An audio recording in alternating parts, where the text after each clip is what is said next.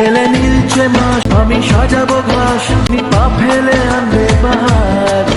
কাশফুলের রাজ্যে যাবো জন্য দুই বোন খুবই এক্সাইটেড ছিলাম। ভিডিওর শুরুতেই আমি আগে কাশফুলের লোকেশনটা শেয়ার করে নিই, তারপরে তোমাদের সাথে শেয়ার করব কাশবনে গিয়ে কি কি করলাম। এই যে দেখতে পাচ্ছ আমাদের পাবনার বিজ্ঞান ও প্রযুক্তি বিশ্ববিদ্যালয় পার হয়ে এসে একটু সামনে মাহাতাব টাওয়ারে একদমই পাশে। কাশফুল তো ছোটবেলা থেকে দেখেছি বা আমরা কাশফুল সবাই চিনি, কিন্তু কাশফুলের রাজ্যে আমি এই প্রথমবারের মতোই গেলাম। গত কয়েকদিন ধরে ফেসবুকে আসলেই শুধু দেখতে পাচ্ছি সবাই কাশফুলে যাচ্ছে, কাশফুলের সাথে পিক উঠছে, ভিডিও করছে। তাদের ছবি আর ভিডিও দেখে আমার মনটা কাশবনে যাওয়ার জন্য একদম ছটফট করছিল। তাই বেশি দেরি না করে বোনকে নিয়ে চলে গিয়েছিলাম সাদা কাশবনের রাজ্যে। সাদা আর কালো এই কম্বিনেশনটা আমার অনেক পছন্দ, তাই আমি সাদা কাশফুলের রাজ্যে যাবার জন্য কালো একটা শাড়ি পরে নিয়েছিলাম। এতদিন শুধুমাত্র সবার ভিডিওতে এবং ছবিতে কাশফুলের রাজ্য দেখছিলাম, আজকে এত কাছ থেকে কাশফুলের রাজ্য দেখে আমার অনেক ভালো লাগছিল। আজকের আবহাওয়াটা বলা চলে